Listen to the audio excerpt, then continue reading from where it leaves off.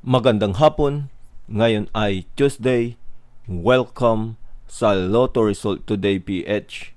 Narito ang mga resulta para sa 5 PM draw, May 5, 2026.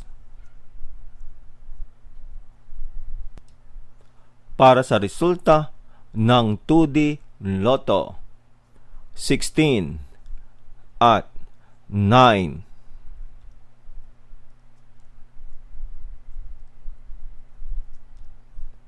Heto naman ang resulta kaninang 2 PM draw.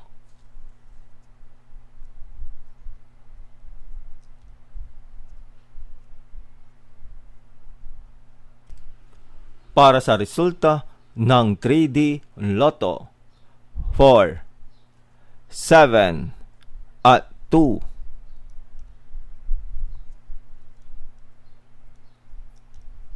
Heto naman ang resulta kaninang 2 PM draw.